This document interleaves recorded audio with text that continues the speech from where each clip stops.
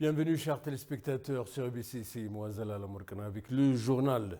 La présidente Salour Zodé a déclaré que le dialogue national jouera un rôle immense dans la création d'un consensus et d'un nouveau contrat social en Éthiopie.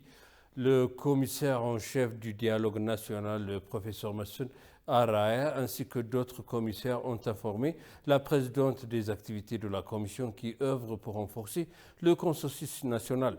La présidente a déclaré que la plateforme de réconciliation nationale éthiopienne est supervisée et par les Éthiopiens un moyen de créer une paix durable et un nouveau contrat social dans le pays. Elle a souligné leur responsabilité confiée à la commission et l'espoir est immense, ajoutant que les membres ont beaucoup de devoirs à l'avenir. Elle a également indiqué que le rôle et les communautés, les modérateurs, les journalistes, les chefs religieux et tous les Éthiopiens ont pour le succès du dialogue. Le commissaire en chef du dialogue national, le professeur Mesfenara, a pour sa part expliqué la phase d'exploitation et le processus de préparation et de mise en œuvre ultérieure qui serait mis en œuvre au cours des 3 prochaines années.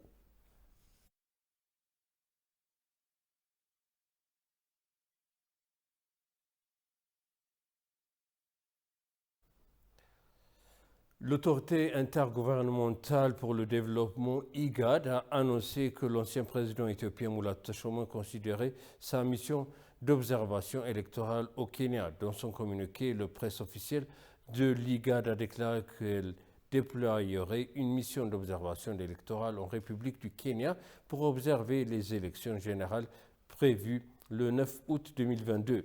L'IGAD est honoré d'être invité par la Commission électorale indépendante et des frontières d'observer les élections générales de cette année, a déclaré Workana Gabeyo, le secrétaire exécutif de l'IGAD. Selon le secrétaire exécutif, l'organisation est heureuse de continuer à travailler avec le peuple du Kenya, l'institution électorale, les dirigeants politiques et d'autres missions d'observation pour faire avancer le processus de démocratisation.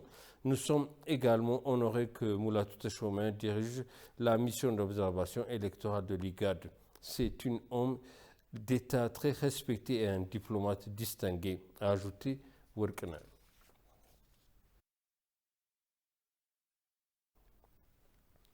Le Conseil éthiopien des droits de l'homme a remporté le prix des droits de l'homme 2022. Les pieux qui ont assisté à la cérémonie de remise de prix ont déclaré que le Conseil devrait travailler dur pour renforcer la culture démocratique et la protection des droits de l'homme en Éthiopie.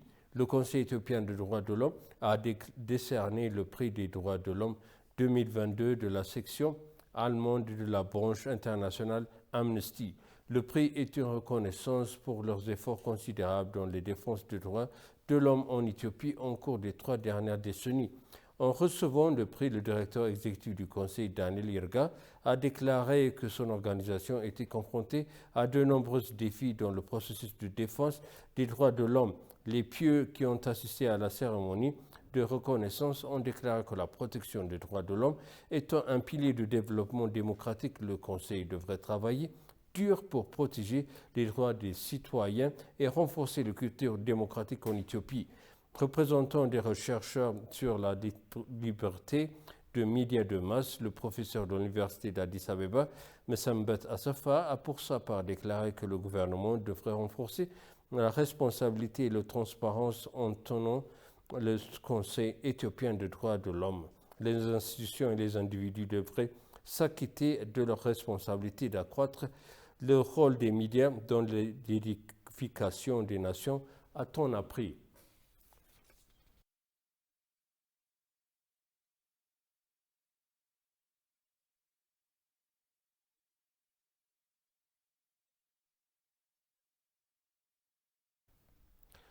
L'Éthiopie et la Namibie ont signé un protocole d'accord pour accroître la coopération dans le domaine de la diplomatie et établir un forum de consultation politique conjoint. Le vice-premier ministre et ministre des Affaires étrangères d'Amakamakonnen et son homologue namibien, Nutembo Nadi Dawa, a signé un protocole d'accord au nom de leurs pays respectifs. À cette occasion, le vice-premier ministre et ministre des Affaires étrangères d'Amaka a déclaré que l'Éthiopie avait soutenu la lutte anti-apartheid des Namibies et que les relations diplomatiques entre les deux pays se sont développées depuis que la Namibie a déclaré son indépendance. Ntembo Nadi Ndawa, pour sa part, rappelé que le soutien total d'Éthiopie dans la lutte contre l'apartheid de Namibie et le fait que le porter la question namibienne devant les Nations Unies a contribué de manière significative au renforcement de la lutte du peuple namibien. Le ministre a également souligné que la Namibie a un vif intérêt à approfondir la coopération existante dans divers domaines et que cet accord en fait partie.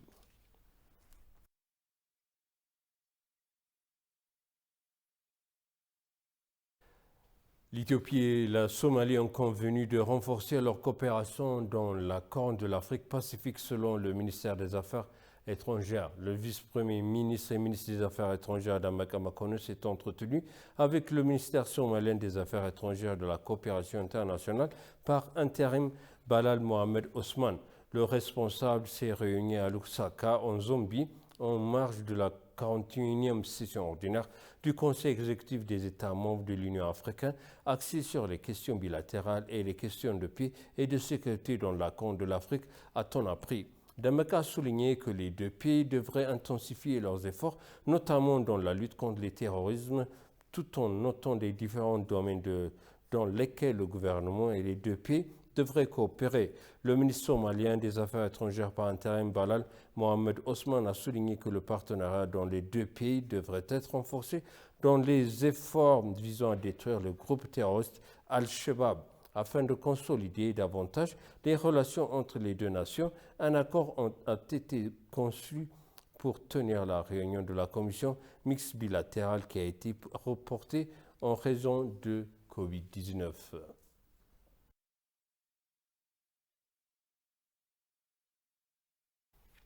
Et pour conclure le journal, l'ambassadeur d'Éthiopie en Algérie a rencontré le ministre algérien de commerce de la promotion des exportations, Kamal Reziz, et a en discuté des voies et de moyens de développement respectivement de partenariat commercial entre les deux pays. La réunion a fait suite à la discussion entre la présidente Sahle Zewde et le président Abdelmadjid Tebboune, au cours de laquelle ils ont convenu de reprendre deux mesures concrètes pour augmenter le volume des échanges commerciaux et élargir les domaines de coopération bilatérale dans les domaines d'intérêt commun. Le ministre a souligné que les deux parties ont exprimé leur volonté d'activité de nouveaux partenariats gagnant-gagnant. À cet égard, ils ont convenu d'organiser une mission commerciale et une exposition promotionnelle des produits algériens dans la capitale d'Addis Abeba et une similaire à Alger.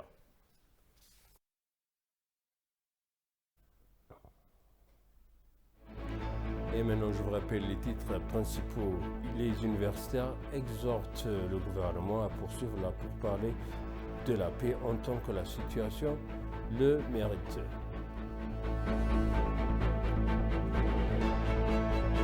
Le Conseil éthiopien de droits de l'homme a remporté le prix du droit de l'homme 2022. Chers téléspectateurs, ainsi s'achève le journal. C'était moi, Zalala Morkana, avec le journal et je vous souhaite une bonne suite de week-end.